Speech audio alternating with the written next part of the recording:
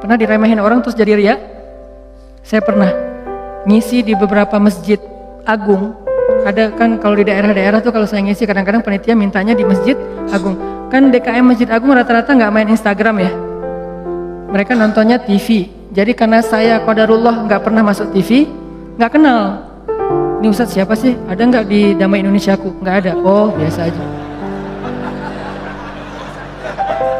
Karena saya nggak pernah masuk TV, akhirnya beliau nggak kenal kan, bukan yang pemain sosmed. Dan dari situ mulai ada ngeremehin. Panitia nawarin tempat, mereka bilang udah biasa aja lah, nggak usah terlalu heboh, paling juga jamaahnya nggak setengah masjid katanya. Saya kasih tahu sama panitia, Ustaz ini DKM-nya kayak gitu ngomongnya. Oh kita lihat aja nanti. Mulai kan riak nih. Terus saya datang, ternyata alhamdulillah qadarullah Allah yang melangkahkan kaki-kaki mereka rame nih sampai pelataran masjid. Pas rame DKM-nya bingung, ini Ustadz siapa sih kok bisa rame gini yang datang? Saya, ya sih. Riak nih. Mulai yuwaswis was-wasa. Jadi perang batin banget teman-teman sama setan. Bukan maunya saya, setan yang kayak gitu. Kita cuma punya dua pilihan, mengaminkan atau menolak. Kalau kita mengatakan iya sih, berarti kita membenarkan kata-kata setan di dalam hati, riya, sombong. Atau kita mengatakan astagfirullah, nggak mau kegoda gitu. Pas waktunya sholat maghrib, panitia kan kenal pastinya ya, Ustadz dorong saya gitu kan. DKM nggak ngedorong, kan kepancing. Kenapa DKM nggak ngedorong? Ngelihat penampilan saya dari ujung rambut sampai ujung kaki kayak kurang meyakinkan gitu. Nih Ustadz bisa ngaji nggak sih? Ngelihat ujung kupluk, di tengah kaos atau pakai kemeja, bawah celana jeans biasa. Ini bisa ngaji nggak ya? Akhirnya DKM kayak ragu-ragu gitu mau dorong saya jadi imam. Dalam hati, 5 menit lagi dengerin aja nanti. Wah, yuwaswis, luar biasa. Karena didorong-dorong terus sama penitia, ya udah deh, saya mau ya, kalian yang dorong kan, dorong lagi dong. Didorong ya. Udah aja jadi imam. Ngimamin, karena tadi diremehin sama DKM, kepancing dong. Wah, Ar-Rahman nih, keluarin sekalian. Kenapa ngeluarin Ar-Rahman? Favorit, kartu as lah. Kan DKM-nya kayak ragu-ragu gitu, sampai saya bilang soft dirapatkan, diluruskan. Saya nggak mau pakai bahasa Arab walaupun nggak bisa. Soft diluruskan dan dirapatkan gitu. Terus DKM-nya masih gini-gini, ragu-ragu gitu. Dalam hati saya, ya bentar lagi, tenang aja.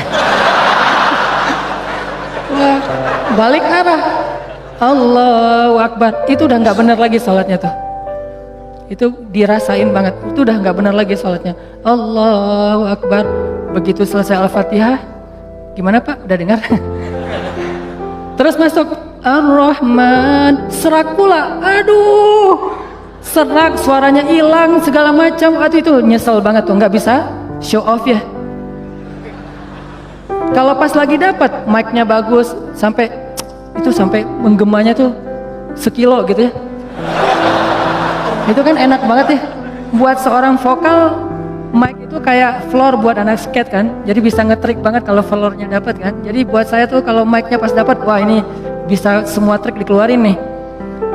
Fabi ayyi ala'i rabbikuma tukadziban. Udah Ar-Rahman aja yang biasanya dibagi 4, sekarang 1 rakaat Ar-Rahman, rakaat kedua Al-Muluk.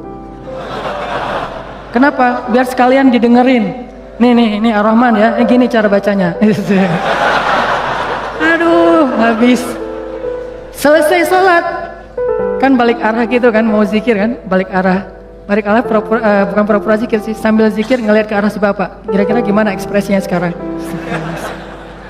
Itu teman-teman berat. Kadang-kadang bukan karena kita pengen dipuji orang, tapi kita nggak rela diremehin orang, itu yang bikin kita riak kan?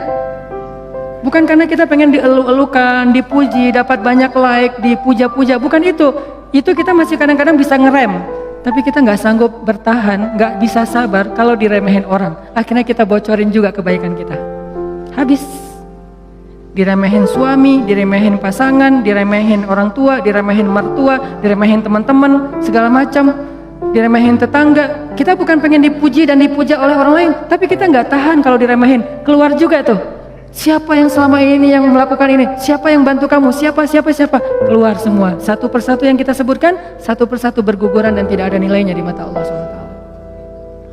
Sabarkah kita ketika diremehkan oleh orang lain untuk tetap menjaga rahasia amal kita antara kita berdua aja dengan Allah?